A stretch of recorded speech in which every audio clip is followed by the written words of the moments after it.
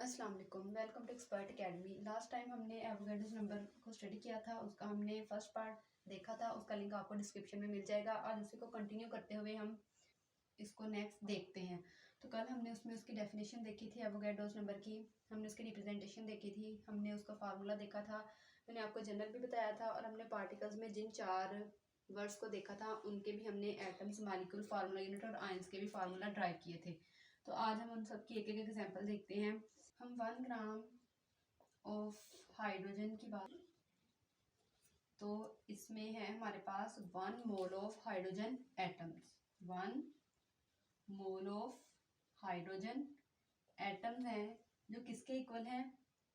6.02 into 10⁻23 number of atoms के equal हैं। अब हम एग्जांपल ले लें 18 ग्राम ऑफ H2O।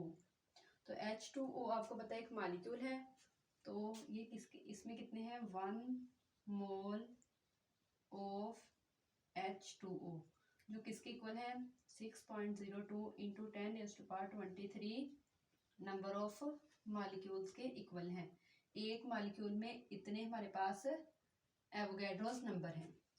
ओके, अब हम देखते हैं एक फार्मूला यूनिट की एग्जांपल लेते हैं। उसमें हम सोडियम क्लोराइड को देखते हैं।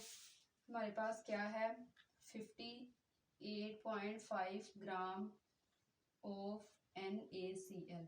तो आपको पता है कि NaCl क्या है? हमारे पास एक फार्मूला यूनिट है, इसमें क्या होंगे? 1 मोल ऑफ NaCl जो किसके इक्वल होगा? 6.02 into 10⁻23 number of formula unit के इक्वल होगा।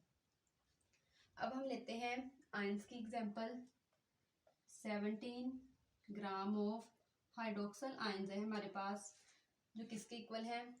1 मोल ऑफ हाइड्रोक्सल आयंस के, जिसमें कितने एवोगैड्रोस नंबर है? 6.02 into 10⁻23 number of ionic species हैं। आई होप उन फार्मूला से आपको ये वाली एग्जांपल्स भी क्लियर हो गई होंगी। अब इसमें एक मोस्ट इम्पॉर्टेंट शॉर्ट क्वेश्चन है जो बोर्ड के पॉइंट ऑफ व्यू से बहुत इम्पॉर्टेंट है, उसको हम देखते हैं। क्वेश्चन है, magnesium atom is twice heavier than carbon atom. कि जो मैग्नीशियम का एटम है वो कार्बन के एटम से दुगना क्यों है? उसके लिए अब हमने कंपैरिजन किस में करना है? मैग्नीशियम में और कार्बन में। तो यहाँ पे हम सबसे पहले मैग्नीशियम और कार्बन को लिख लेते हैं। अब यहाँ पे सबसे पहले हम इसके नंबर ऑफ इलेक्ट्रॉन्स को देखेंगे, नेक्स्ट नंबर ऑफ प्रोटॉन को देखेंगे, नेक्स्ट नंबर ऑफ न्यूट्रॉन्स को देखेंगे, नेक्स्ट हम इसका मास नंबर देखेंगे। मास नंबर आपको पता है सम ऑफ प्रोटॉन और न्यूट्रॉन होता है।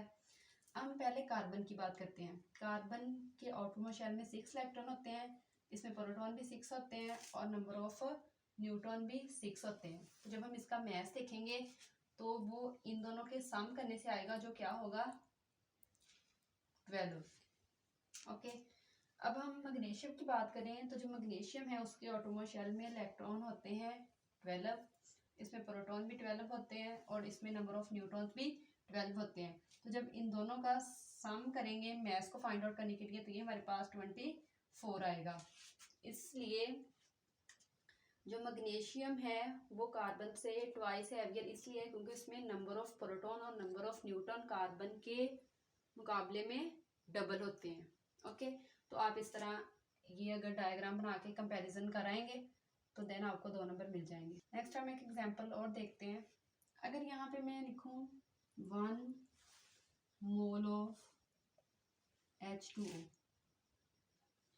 अब देखें H2O है, इसमें 2 एटम हमारे पास किसके हैं? हाइड्रोजन के, और एक एटम किसका है? ऑक्सीजन का।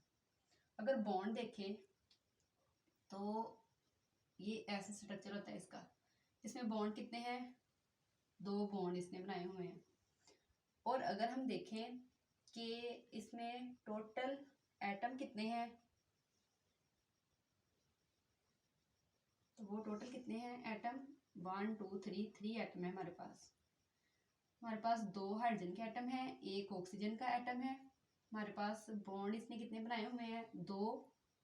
और ये बॉन्ड कौन सा है, इनमें कोवलेंट बॉन्ड है, जिसमें क्या करते हैं अपने इलेक्ट्रॉन को शेयरिंग करके बॉन्ड बनाते हैं। अगर आप टोटल नंबर ऑफ एटम की बात करें तो वो हमारे पास 3 है। अब हमने क्या फाइंड करना है, एवोगैड्रोस नंबर निकालने हैं। तो हम अगर जानना चाहते हैं कि 1 मोल ऑफ वाटर में जो टोटल हाइड्रोजन एटम है वो कितने हैं, तो हम क्या करेंगे, 2 को मल्टीप्लाई कर देंगे एवोगैड्रोस नंबर से, तो हमारे पास क्या आ जाएंगे, 1 मोल ऑफ वाटर में हाइड्रोजन एटम आ जाएंगे। अगर हम सिर्फ ये देखना चाहते हैं कि 1 मोल ऑफ वाटर में हमारे पास ऑक्सीजन एटम कितने हैं या टोटल नंबर कितने हैं ऑक्सीजन के, तो हम क्या करेंगे, इसको भी एवोगैड्रोस नंबर से मल्टीप्लाई कर देंगे। जो चीज़ हम फाइंड आउट करना चाहते हैं हम उसको क्या करेंगे, एवोगैड्रोस नंबर के साथ मल्टीप्लाई करते जाएंगे, और हमारे पास 1 मोल में जो ये चीज़ें जितनी जितनी क्वांटिटी में प्रेजेंट हैं वो हमारे पास आ जाएंगी। जब हम 6.02 इंटू 10⁻23 को 2 से मल्टीप्लाई करेंगे तो हमारे पास हाइड्रोजन के एटम आ जाएंगे। ओके, और जब हम 6.02 इंटू 10⁻22 को 1 से मल्टीप्लाई करेंगे तो हमारे पास यही वाली जो वैल्यू है वो दोबारा आ जाएगी। ओके,